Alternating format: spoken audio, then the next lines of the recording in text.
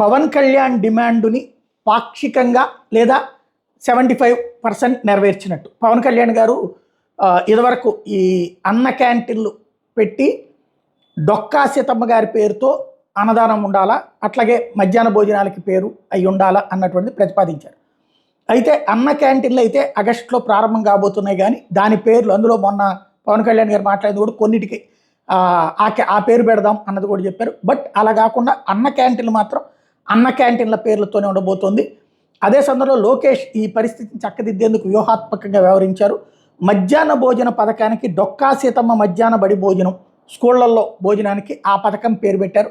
తద్వారా పవన్ కళ్యాణ్ గారి కోరిక నెరవేర్చినట్టు. అదే సందర్భంలో ఒక మంచి ఆలోచన కూడా, బేసిక్గా జగనన్న గోరు ముద్ద అని కాకుండా చక్కటి ఆలోచన చేశారు. వాస్తవానికి అసలు విషయం ఏంటంటే ఈ డబ్బులు ఇచ్చేది కేంద్ర ప్రభుత్వం, ప్రధానమంత్రి పథకం నుంచి ఇస్తారన్నమాట నిధులు. కాకపోతే డొక్కా సీతమ్మ గారి పేరు పెట్టడం మంచి పని.